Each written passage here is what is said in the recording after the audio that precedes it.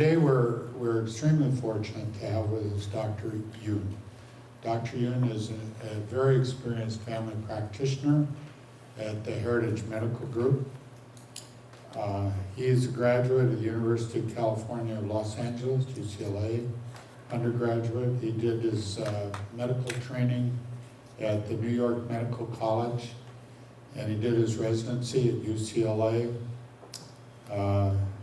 He interestingly spent a few years in China doing volunteer work at a surgical clinic there. He did the medical care of children who were having surgery, major surgery. And he did all the medical care for them. And he's with us today. He's certified by the American Board of Family Practice, and he's going to talk to us about screening tests for cancer. So please welcome Dr. James Yoon.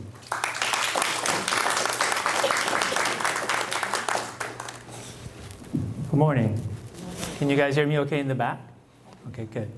All right, good. I do actually see some familiar faces, which is nice. Thank you for inviting me back, Dr. Lawton. I was here about 2 years ago, giving same talk, same topic. But since then, things have changed. The field of cancer screening, the recommendations from various organizations sort of constantly change. So it is a topic that, something that you guys, I'm sure, are interested in. At the same time, it's changing constantly, so it might be good to get you updated on some of the newer or changed recommendations. How many of you guys here get your regular annual checkups with your doctor? Raise your hand. Good. So you guys are all very much involved in your medical care. Because I do have some patients who come in and they haven't seen a doctor for a number of years. And obviously, if you don't see them regularly, you can't get these screening tests to get things checked for you. So do make sure to do that. So today we're going to spend some time on how we're going to, in general, what's recommendation for cancer screening. All right, so the objectives for today, I want to spend a little bit of time talking about leading causes of death in the United States, cancer being obviously one of them, and the definition of screening tests. We're not talking about all kinds of tests, because there are so many out there, but we're going to talk about what it means that when something is a screening test, not a diagnostic or other type of testing. And then there are various guidelines out there for cancer screening. And sometimes it's confusing because not all the organizations agree on how cancer screening should be done.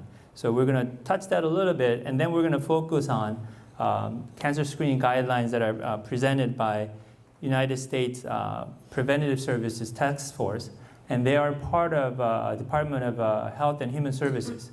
So it's a government arm that recommends screening guidelines.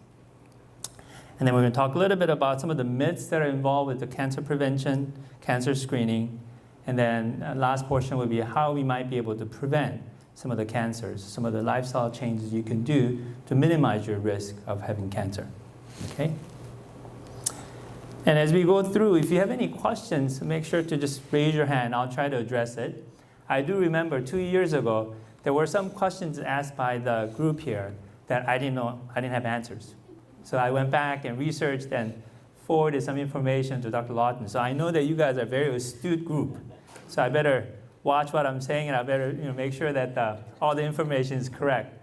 I know you guys are very involved. I'm very happy to hear that. Some of the topics Dr. Lawton just mentioned, I think are really good, important topics. It sounds almost like you guys are going through a little bit of mini medical school here. So good for you guys. All right, let me start off with this slide here. It's showing different causes of death, and it's based on CDC data from 2016. So if you look at very top, I'm not sure if you can see clearly, it says heart disease. So heart attacks and heart-related causes of death is still leading as the #1 cause. But cancer, which is the second one, is very close. And percentage-wise, if you look at trends over time, the solid line at the top is male causes of death, and that is heart disease. And dotted line, but kind of long, that one right there, can you see that?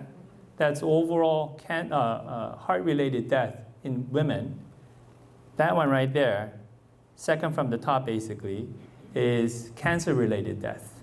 And then bottom one is women cancer-related. So if you look at the trend, we've made a great stride in saving lives that are related to heart disease. And so if you look at from early 1980s to now, it almost dropped 50%. So we're doing a great job as a medical community, as patients, in preventing heart-related deaths. But if you look at cancer, not so well. So maybe around 1990, it peaked a little bit. And the curve is kind of slow, but I mean, you can see that it sort of peaks around there, as well as male and female. And we've been gaining some grounds, but not huge. We're still struggling with some of the cancers. We don't have a great treatment, but it is evolving. You're probably hearing about different types of treatments that are being tried on cancer, so we are making some stride. But as a result of that, now cancer is becoming more and more of a concern when it comes to causes of death. So it's basically close number 2, just below heart disease. Looking at different types of cancers. So top portion here shows you estimated new cases of cancer. Bottom portion, male and female, shows death related to those cancers. So if you just look at the top 3, men, it's prostate cancer is most common, lung cancer being number 2, and colon and rectal cancer number 3. And female, on the other hand, is that breast cancer is number 1, most common cancer, again followed by lung cancer and colon cancer. But if you look at the death caused by different types of cancer, lung cancer is number 1 for both, even though it's not number 1 cause overall, number 1 cancer overall, it's still number 1 cause of death among cancers. And then you go into prostate, breast, and then colon cancer as a cause of death. So these are some of the cancers you want to keep in mind. These are most common, most deadly cancers that you want to be aware of and getting screening on a regular basis.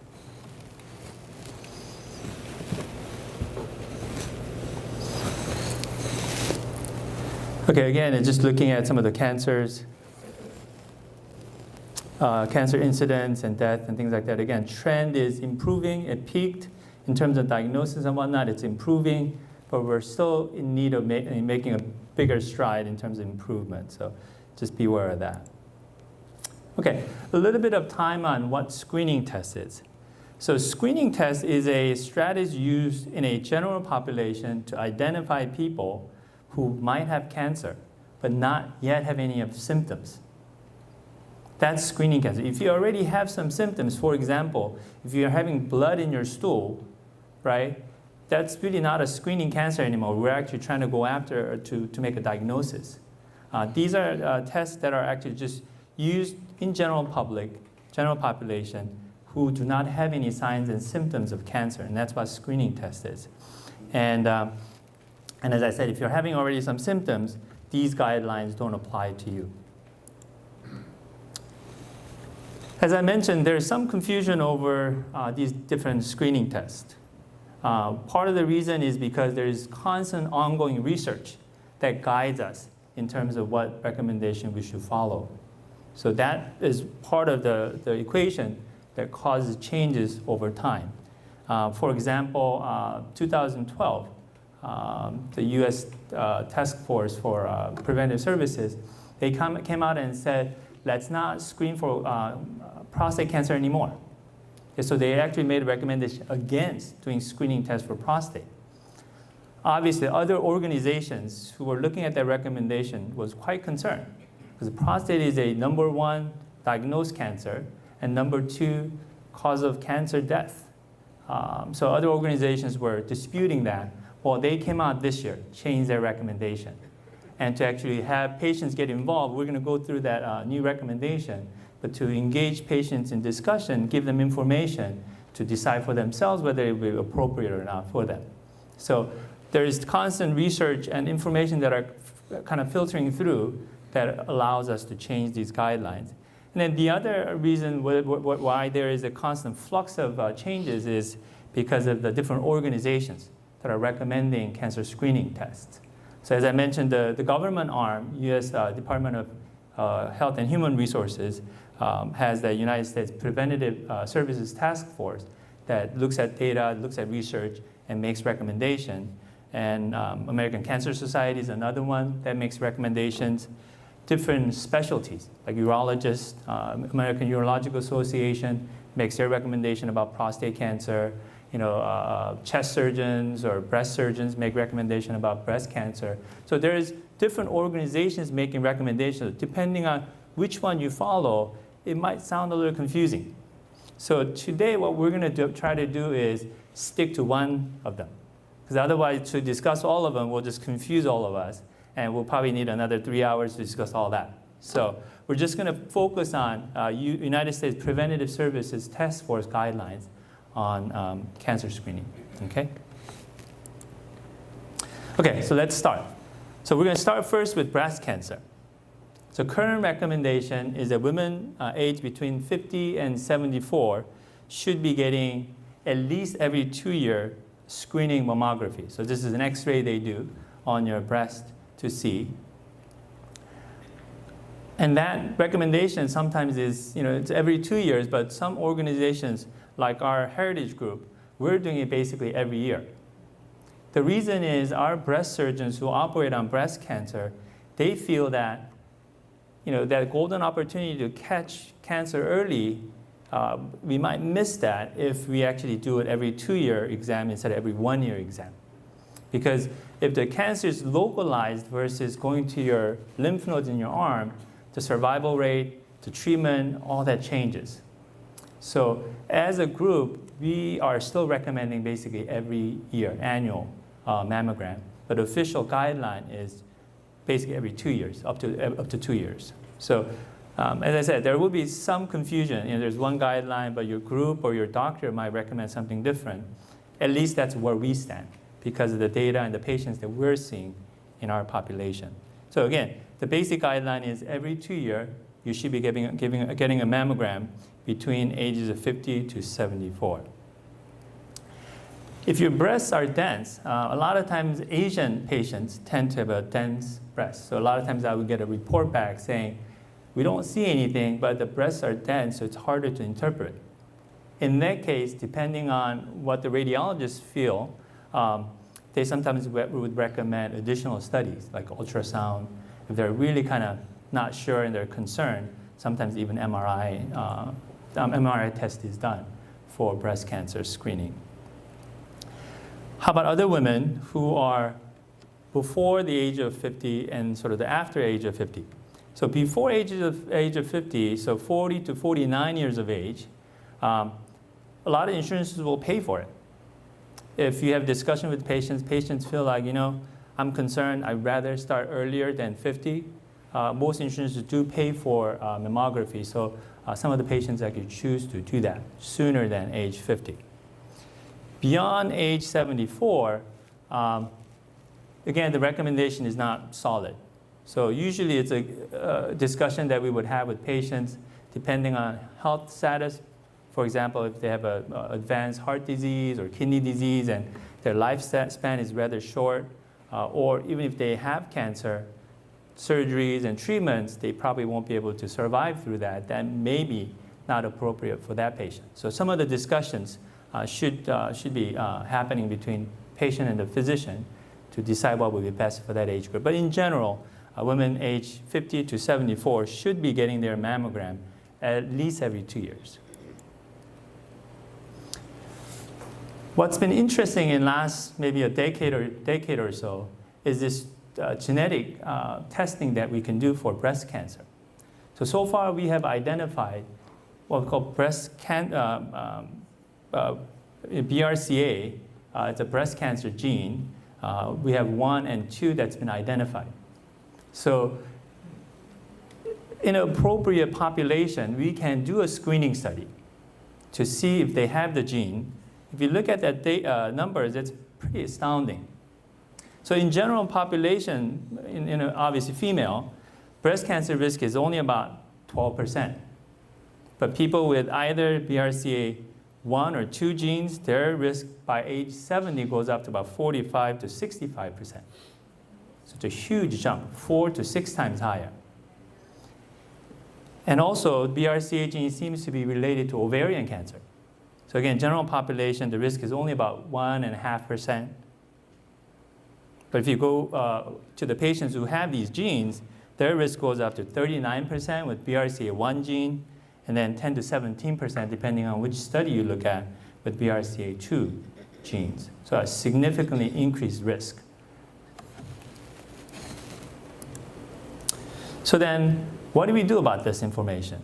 So what we do is usually, as a physician, as we take your family history, these are some of the important questions we need to ask. And if you're answering yes to at least one of these, recommendation is to refer you to a specialist who specializes in genetic counseling to discuss about these genes, tests, what it might involve afterwards if it is positive. So there are, I think, 4 or 5 different questionnaires you kind of go through to see whether you're appropriate for genetic counseling. This is just one of them that's fairly simple.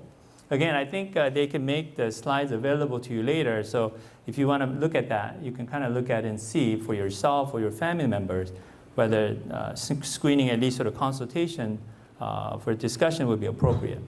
So this includes things like, first degree relative. That you mean, by that we mean parents and brothers and sisters within immediate family, whether there's anybody with breast or ovarian cancer.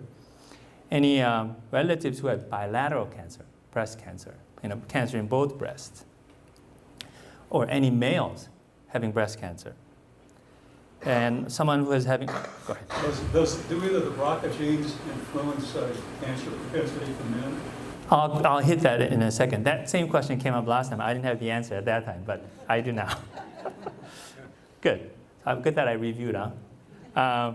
So the other question is, whether the person had both breast and ovarian cancer. Again, these are unusual. So if you have cancers like that, then once you have a family member, then you should consider getting some screening done. Let me answer his question first. So as far as BRCA gene for males, it does increase some of their risk, like breast cancer. I think it was only about 10% or something like that, but I mean, it's 10 times higher than general public or something like that. So breast cancer, prostate cancer, melanoma, and one other cancer was still higher. So it does increase. So general recommendation is to still go ahead and discuss with your doctor. In general, not a lot of males do get this gene testing. But if there is a family member, say your mom has it, your sister has it, obviously that male person in that family group should consider getting screening done and then kind of discuss what would be the sort of appropriate treatment or follow-up for that patient. So there are increased risk of those cancers. Go ahead. What I was going to ask is the one positive response initiates referral suggests that of the list there's equal value in each of those questions. Well, there might be, obviously, if you have someone with, I don't know if there's a data that looks at each question and see what the risks are. But basically, this does not mean you should go get the genetic testing done. It just means that you should be referred to speak to somebody who specializes in genetic counseling. And then with that counseling, they sort of decide, based on the data and recommendations, then to go ahead with testing. So just because you answer yes to one of these does not mean you should get BRCA gene testing done. But you should consider talking to your doctor and maybe being referred for genetic counseling. So that's the first line there. So if a screening questionnaire is positive, then you should be referred for genetic counseling. In terms of timing, anybody above age 18. So if there is a BRCA sort of risk in your family, as long as they can consent for themselves, which legally is age of 18, they should be referred for counseling. And it's fairly simple blood test. You can do through different labs at this point. And then if it's positive, then you have to consider doing, how you might intervene. So in terms of interventions for someone who has BRCA positive gene, 3 things have been sort of looked at. One is intensive screening. So you start screening early, you screen more frequently or more aggressively. So far, data is not clear on whether that really makes a difference. So maybe not the best way to approach, at least at this point, unless other data comes out later to suggest otherwise. Second way to intervene is they can give you medication. Usually tamoxifen or raloxifene are used for this. Again, the sticking point there is that we have research data telling us that it is known to reduce invasive cancer in high-risk general population. There hasn't yet been a study done to look at BRCA gene patients as a group. So some limited data that's positive, but has not been specifically studied in that population. So that's the second sort of approach to it. Third, which a lot of patients are actually resorting to at this point, is risk-reducing surgery. I think Angelina Jolie, if you remember, she was in the news a few years back. She has a gene. She ended up having bilateral mastectomy. She removed both of her breasts to reduce her risk. A lot of people are either opting for that and or removing their ovaries, because ovarian cancer, as you saw earlier, is also commonly related to BRCA gene. So what I know so far is, I think at this point, because that reduces your risk to anywhere from 80% to 100%. So it's a significant drop. Obviously, if you don't have the organs, you can't have cancer in those organs. So basically, that's the idea. And so a lot of people, at least at this point, is opting for surgeries. So later on, if we get more data specifically for BRCA patients, maybe the medications might become more popular. But at this point, that data is not in yet. So that's the situation. So that's a little bit on BRCA gene screening and what they might do if you're positive. Next cancer is a cervical cancer. So women aged 25 to 65 are recommended to get Pap smears currently every 3 to 5 years. So before the age of 30, you're supposed to do every 3 years, pretty much as a sort of rule. Between the age of 30 and 65, the recommendation is to do, you can do up to every 5 years if your virus test called HPV, human papillomavirus testing, is negative also. So normal Pap smear, no HPV, then you can do it every 5 years. I know probably not too long ago, you guys were probably told to do Pap smears every year, every 2 years. That actually has sort of fallen out. We were basically looking at European data, which they sort of moved on to doing less frequent testing in Europe, and their results were just as good. So we kind of followed suit, and now the recommendation is to do Pap smear every 3 to 5 years. And beyond age 5, we don't generally recommend doing Pap smears, or someone who had hysterectomy, unless they had cancer in the area before, generally don't need a Pap smear anymore. Let me spend a little bit more time on that. So easiest way to understand cervical cancer is basically it's an STD, sexually transmitted disease. The human papillomavirus that women have in their cervix are actually transmitted through sexual contact. And that virus causes inflammation, leads cellular changes, then becomes cancer.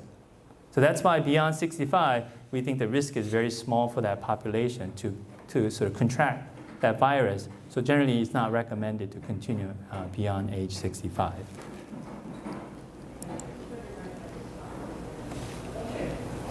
Are you guys with me so far? Yeah. Good. Some of this might be just kind of like dense information, but I just want you to be aware of at least some of these issues that we have. Next one, another interesting, again, evolving conversation is actually colorectal cancer. So colon cancer and rectal cancer. Current recommendation is between age 50 to 75 to have some sort of testing done. Now there are various tests. So that's where some of the confusion is, and some of the changes are happening in that regard. Again, beyond age 75 is the individual discussion should be had and kind of decide based on, again, their health status, the risk, and things like that to see. It doesn't mean that after 75, suddenly your risk of colon cancer goes down. That's not the case. So it's just that, because of the average lifespan and health status of a lot of patients may not be appropriate. But in some patients who are healthy and doing very well and can go through surgeries or other treatments that will be involved, it might be appropriate. So just make sure that you have that discussion with your doctor. So different types of tests. So stool test is one of the tests you can do. And it used to be, if you have physical, doctor would do a rectal exam and get some stool out of you and then put it on a little card and tell you whether there's blood or not. That's not good anymore. Digital rectal exam, finger exam to get stool test is actually not recommended anymore. Sometimes that could be collecting samples that are inadequate or sometimes cause trauma and actually pick up blood because of that. So generally we don't do that. So you have to collect stool for these tests now.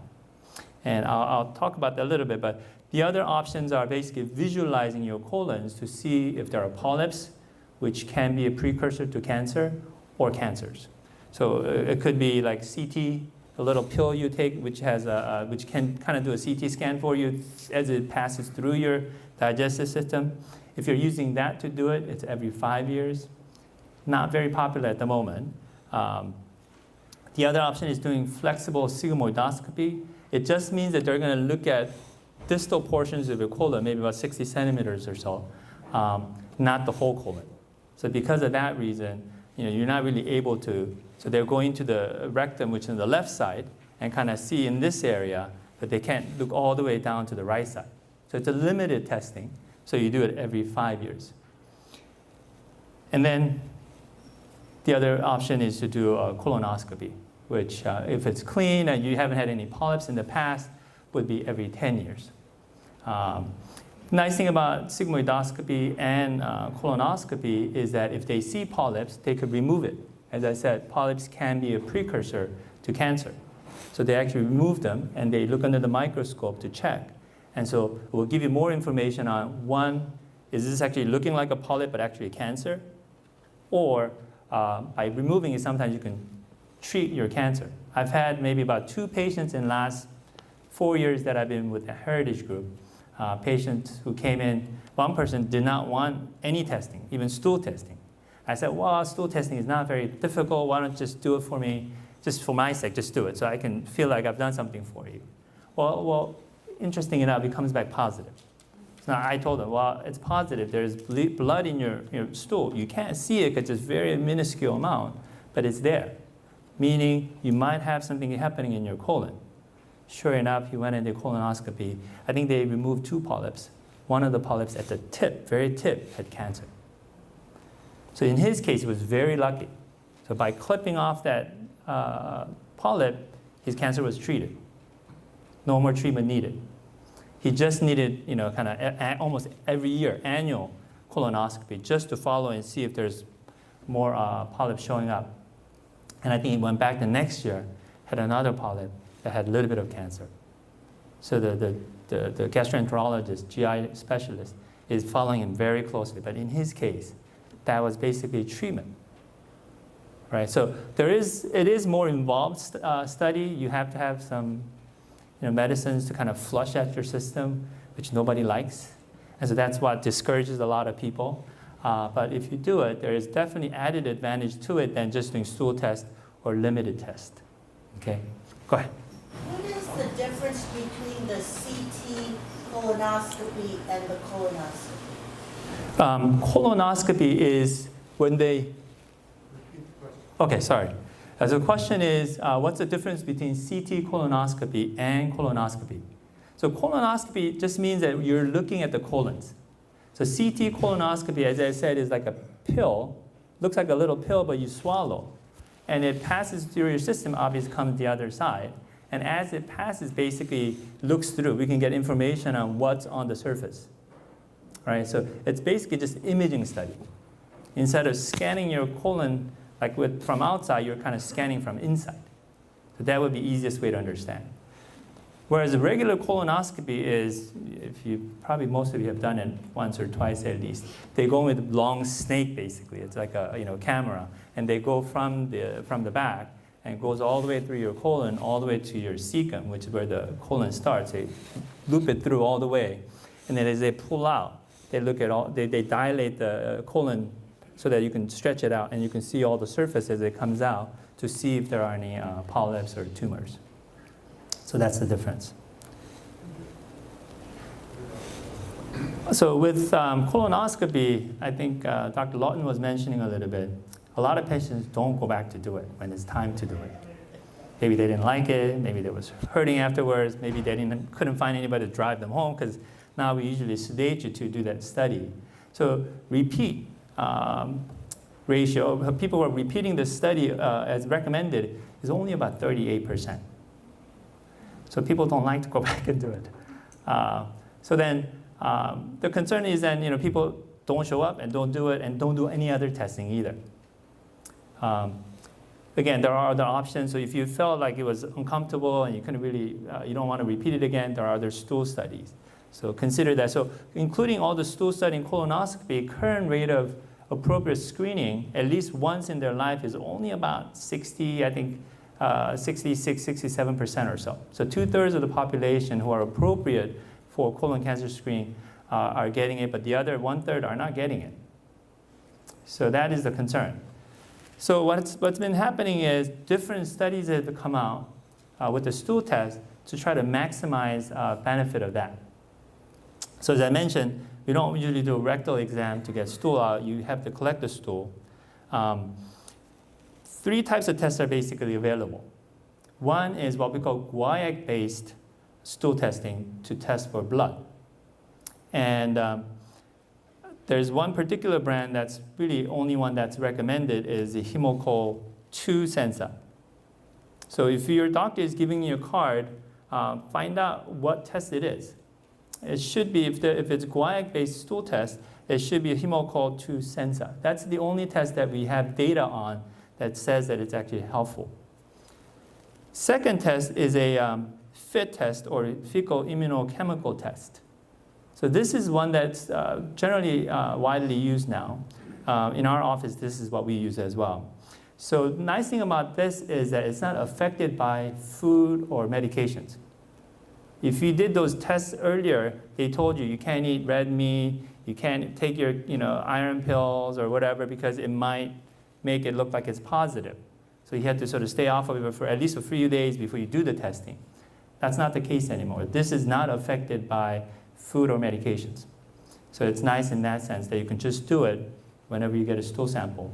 And in our office, what we do is we give you an envelope, so you don't have to bring it back yourself. It's kind of embarrassing. So we just give it to you, and you just mail it in. And the company takes it and then tests and gives us the report. So it's kind of discreet in that sense. Last and sort of newest that is out there for stool test is a fecal immunochemical study, FIT test, but with DNA. So this, instead of checking for blood, it's actually checking for DNA materials from common cancers of the colon. So they can kind of pick up whether you would have polyps or cancerous cells in your colon by looking at the materials that are debris that are sort of fallen off from those entities in your stool. Currently, the recommendation is to do every 3 years on this test.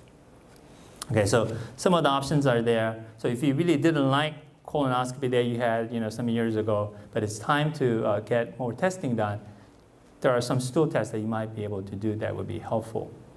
So if you look at how many lives are saved by doing these tests, like some of these stool tests, I think out of 1,000 lives over a certain amount of time, like 22 people are saved, or versus the colonoscopy is 24. So they're pretty close. So it's not a bad option. It's certainly a more convenient option. So if you're not opting to do colonoscopy, I would highly encourage you to consider doing stool testing. Next is lung cancer. So this is sort of the new recommendation that was out last time I spoke with you. So between the ages of 55 and 80, if you had at least 30 pack year history, meaning if you're smoking 1 pack a day and you've done that more than 30 years in your lifetime, then you meet that criteria. And the next criteria is that you're either smoking now or you quit within the last 15 years. Does that make sense? So 2 criteria basically. You've been smoking at least 30 years, averaging about 1 pack a day, and then you quit within 15 years or you're still smoking. And then the recommendation is to do an annual low-dose CT scan of your lungs. Low-dose CT scan, we are using that because to minimize risk from the radiation. So in general, CT scan, regular CT scan to this low dose is about 4 to 5-fold less radiation. So that's the reason why we're using low dose. It reduces the resolution, it reduces the ability to pick up certain things, but we think that's probably adequate enough to pick up lung cancers. Okay, so that's sort of the recommendation at this time for lung cancer. Prostate cancer, as I said earlier, this is one that there's been some changes in recommendation. So current recommendation from USPS task force is men aged between 55 and 69 should have discussion with their doctors to see if that would be a testing they would like. And if they do decide to do it, the recommendation is to do PSA, which is a blood test, prostate-specific antigen, blood test for every 2 years. But if you look at this, the data that's out there, you can kind of see why there is a controversy or sort of confusion as to whether to recommend it or not, or whether to do it or not. So these are some of the information that you want to process as you're making the decision to do the testing or not. So if we have 1,000 men and we screen them every 2 years or every 4 years, I think that study looked at also, over 13 years, we prevent 1.3 deaths. So that's a lot of effort that goes into including financial commitment to do all that testing, but after 13 years, you only save 1.3 persons' lives. And then again, if you screen 1,000 people, you can prevent maybe 3 cases of metastatic, cancer that spreads to other areas. And if you look at what we call all-cause mortality, meaning does it, with this cancer, with any type of reasons, does it really lead to the person dying sooner? The answer was no. So no reduction in all-cause mortality, not just from the cancer, but from heart disease and other things overall. Do we make a difference for the patient? That question was answered, and the answer was no. We're not really making a huge difference in their all-cause mortality. On the other hand, then what are the harms? So if you follow these guidelines and you screen them, about 15% of men that are going through these testing will have false positive result. Meaning it looks positive, and so they do the test and it turns out that it's not cancer. Okay. So then there's a psychological harm.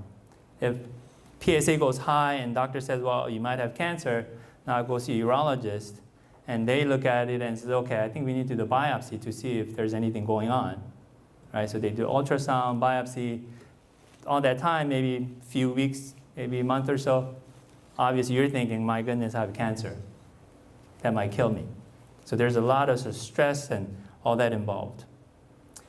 If you do end up having biopsy, there's a problem with that. Obviously, what they do is they go through rectum with an ultrasound, and they use a needle from the rectal side to go into prostate, because that's the closest place that we can go. Rather than from front, it's easier to go through the back, through the rectum. So they basically inject a needle into your prostate and get little samples of the cells to see if there is cancer. Well, it's painful. Oftentimes you're left with bloody semen after that. And then the other one, which is sort of dreaded complication, is prostate infection. Well, you can't make your rectum completely bacteria-free, sterile, before you do the biopsy.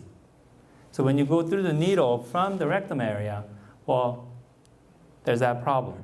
So post-biopsy, after the biopsy, there's about 1% risk of hospitalization. So your infection is so bad that they can't treat with antibiotics as an outpatient. Now you have to end up in the hospital. Right? A lot of that 1% post-biopsy hospitalization is due to infection. So there's that risk. And then the flip side is, even if you have cancer, about 20 to 50% of people would have died without even knowing. So we lived in, and say, for example, 100 years ago. There's no PSA, there's no biopsy, there's no ultrasound. People who are diagnosed with cancer, 20 to 50% of them would have just lived fine. died of some other reason. That's another sort of thing that we have to consider. So it's a very difficult decision to make, as you can see. And obviously, once you get treated, which usually means either you get surgery to remove cancer. A lot of times they remove the whole prostate. Nowadays they're doing a lot of sort of localized radiation treatment as well. So with treatment, surgeries and radiation treatment, complication is that you will have erectile dysfunction, having difficulty achieving erection, and that could be anywhere from half of the patients to about 2/3 of the patients.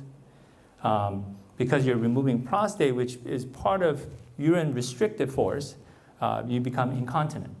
You can't control your urine as well. From the radiation treatment, some patients have bowel symptoms, including fecal incontinence, unable to control your stool. So that's the harm side.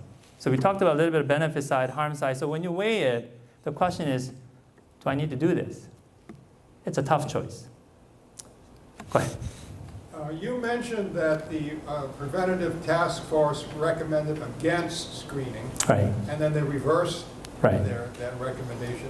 And my recollection is that Congress was bombarded by lobbyists from the screening companies, the pharmacological companies, and the medical diagnosis companies, and that's what led to the reversal. I'm not sure exactly what went into the process. What I know is even 2012, I believe, when they recommended it, American Urological Association basically recommended this. They recommended we should engage patients in conversation, have them sort of process all this, harm to sort of benefit, and then have them decide whether they would go through it. So it looked like they basically reverted from going from recommending against prostate screening to basically reverting to what American Urological Association was recommending. Politically, what process went in, I'm not quite sure. Go ahead. Is there a PSA score that says, don't worry, there's no possibility? I mean, a difference between 2, 4, and 0.5. Speak to that. Right. So for patients who have elevated PSA, there is what's called prostate health index, so PHI. So they look at free PSA, something that are not bound to proteins, and then total PSA. They look at the ratio, and they'll give you, like, your risk of cancer is what percent, what category you sort of fall into. So I've been noticing a lot of the urologists ordering that test before they go ahead and do biopsy or other treatment. So there are secondary steps to this initial screening test that people can do to get a little better sense of what's going on. So that would be sort of something to consider discussing with your doctor. Okay. So we talked about psychological harm.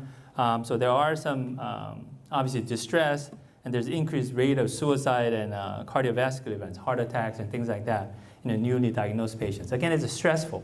The thought of cancer, nobody likes, and sometimes it's a little too much to handle. So again, this testing is not without harm.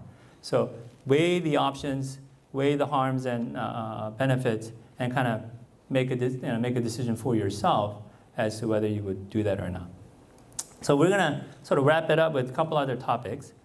First is cancer myths, things that are not really true and a lot of people believe. So I get a lot of patients coming in saying, doctor, can you just run all these tests, blood tests you have, right? Tell me if I have any cancer or not, just make sure I don't have any cancers. There is no such thing. So we do have tumor markers, so cancer markers. But I'll give you an example. Recently I had a patient who never had a colonoscopy done, first patient, new patient. We talked about it and he elected to do it. He had, I think, about 3 centimeter size rectal cancer. So we looked at CEA, which is commonly associated with rectal cancer or colon cancer. His number was normal. So if we elected to just do the stool test or blood test and did not do colonoscopy, we would have thought, well, he doesn't have cancer. No, that's not true. So these tumor markers, you have to understand, is designed and best used if you use it to follow a cancer. So for example, you have rectal cancer, and we check the number, it's way high, right? And we treat you, we do surgery, we treat you, and the number drops to normal. That becomes a good marker to follow in the future. Is the treatment successful? Is the cancer coming back? Right? That's really how that marker should be used. It's not to be used to diagnose cancer.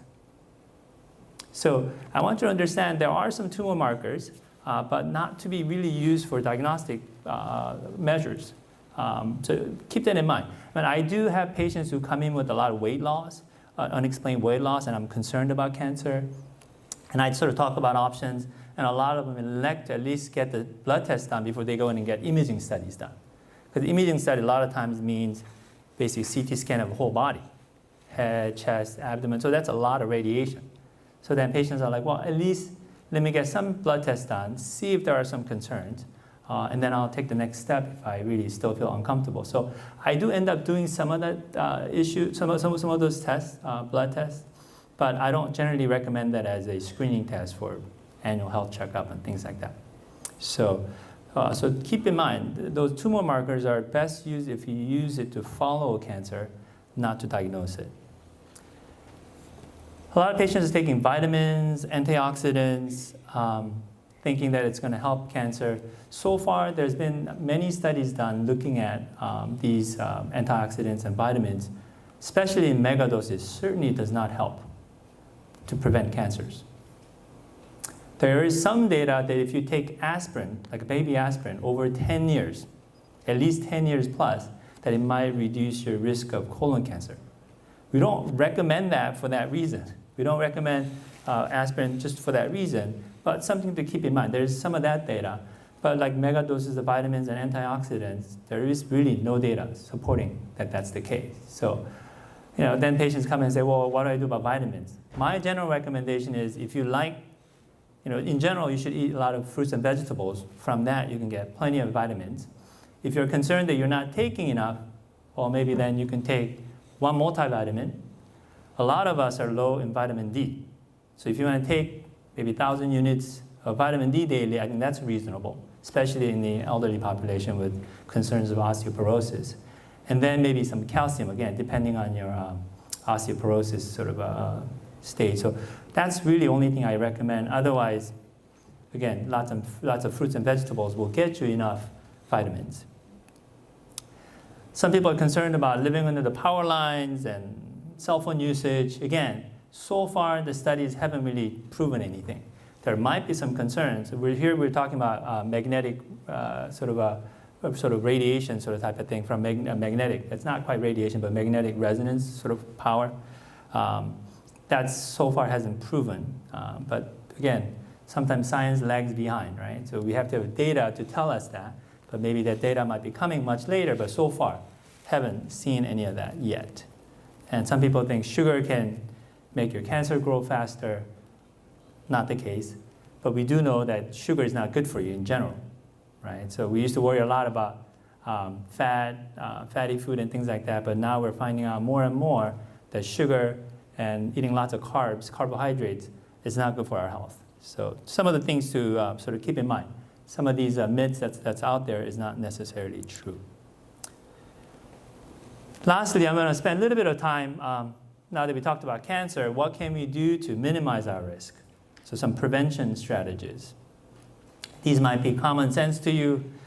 Good if you're doing this already. If you can incorporate some of these to your lifestyle, it would benefit you. First is stay away from all forms of tobacco, either smoking or chewing or secondary smoking. The less smoking exposure you have, the better it is. Smoking is associated with not just lung cancer, but lots of cancer, oral cancer, bladder cancer, lots of cancers are associated with tobacco. Go ahead. What about vaping? So vaping is a very interesting phenomena, and it's picking up quite a bit among young people more than others. Studies are being done to look at them. So far, we don't know quite yet. Again, the concern is there.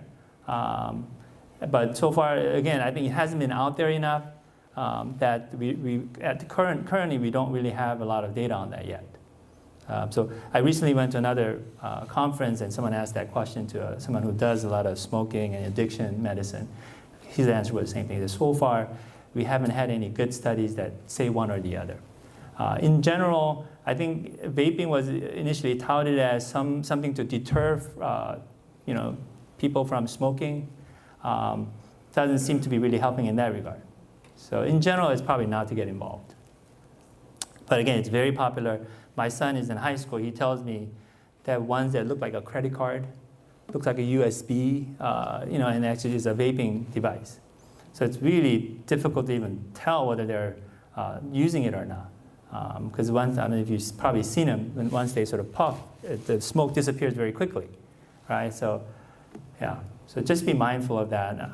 No reason to get involved. There's really not much benefit there. So, the other is healthy diet. Obviously makes sense.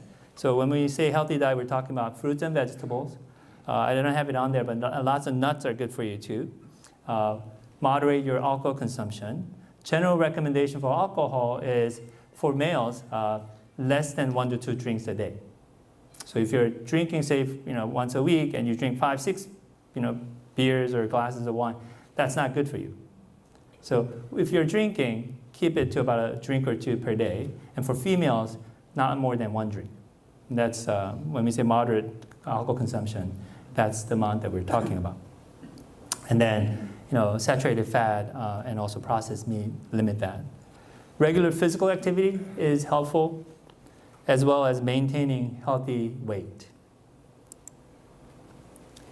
Because of the concerns of melanoma and other skin cancers, you probably know already that you should be avoiding sun exposure as much as possible, and tanning beds and things like that obviously expose you to a lot of UV light, which lead to cancer.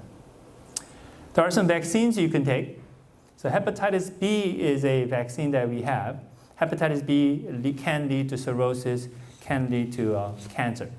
So if you have, say for example, if your spouse or your family member is carrying hepatitis B virus in their system, it's important for you to get vaccinated and maybe periodically check to make sure that immunity is still there. Next vaccine that's been out in the market probably about the last 15, 20 years is the human papilloma virus, HPV virus. This is used to prevent cervical cancer for females, for males, penile cancer. Due to sexual habits, we're seeing HPV become part of throat cancer, oral throat cancer, quite a bit as well. By being vaccinated against this virus, actually you can minimize your risk. So currently the recommendation is to have 11 and 12-year-olds to start getting vaccinated. The vaccine was originally then approved up to age 26. But as of last month, October 5th, FDA changed that recommendation. Now it's approved up to age 45. But in terms of, there's a committee that recommends immunization practice. And that they actually have to make recommendations. A lot of times then insurances sort of follow that recommendation. So that's going to be probably discussed soon, and that recommendation might be coming out with different recommendation. But there is a HPV virus out there, so may not apply to you, but maybe your family members, your grandchildren, encourage them to get this to minimize their cancer risk down the road. And then know yourself, know your family history, understand your risk, and make sure you discuss with your doctors. And then lastly, you guys all said you guys are doing it already, but get regular checkups. Make sure you get screening tests that are appropriate for you. That's sort of the end of my talk. Any other sort of outstanding questions? Go ahead. Back to that CT or the colonoscopy scan, Mm-hmm. colonoscopy versus the CT. Uh-huh. You say nobody or people don't like to have a colonoscopy, but why then aren't they pushing the CT colonoscopy more? I think it's used very limited degree. And so there's not a strong data to back that up. So in our group, I don't think we generally offer. Basically, we do stool testing of one kind, usually the FIT test that I mentioned. And then we recommend colonoscopy. And sigmoidoscopy is another one. They used to do it because sigmoidoscopy, you don't need to do a bowel prep. Like you don't have to empty out your colons as much, so it's easier test to get ready for. But again, it's limited information, and we're finding out there are more and more cancers on the right side of your colon. So to forego that and just to look at the left side, again, you're kind of doing half a job on screening. So if I'm doing it, I'd rather have it looked at properly and do what we can to minimize risk. We're hearing more and more about pancreatic cancer Mhm. now. Is that something that any of these prevention strategies would affect? Currently, no recommendation. They're saying, so U.S. Preventive Services Task Force, they're saying current data does not support doing a general population screening. But I do know there are more and more pancreatic cancers that are out there, but yeah, at the moment, there's not really a way to screen it, and there's certainly no recommendation from the government or the organizations at this time. Go ahead. Excuse me, do any of these genealogy DNA tests include tests for BRCA genes? As I said, if you are in that, if you have that, if you're considered to be high risk based on your family history, then you should consider getting the BRCA gene testing. But do you know if any of these online things include that? They get into your genealogy and who you're descended. Okay. I'm not sure if the genealogy testing does that or not, but I do know that there are websites. Basically, you can send samples of your tissue or whatnot, and they'll actually look at some of the genes, or you can have blood testing done with the genes, looking specifically at certain cancer genes, not just BRCA, but other genes too. But again, it usually is not covered by insurance. So people are paying out of pocket to look at their risk just because they're interested. But I don't think the genetic, sort of the genealogy testing, I don't think includes that. But I could be wrong. I've never really looked into that. Go ahead. My granddaughter was tested for the BRCA gene, and I actually saw it advertised on television, and it was just spitting in a tube, Right. and the price was not that bad. Yeah. Because her health insurance denied doing the regular testing. Okay. And she tested positive. Okay.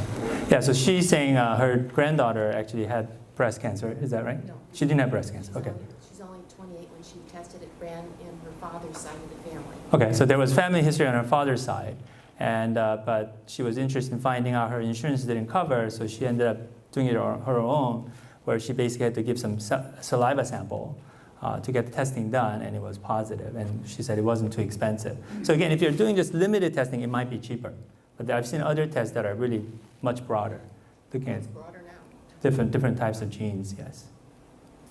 So I mean, these things are changing, but again, you might have to kind of look at it. What is the benefit? What am I going to do about it? Is a way to sort of approach it so that I can minimize risk.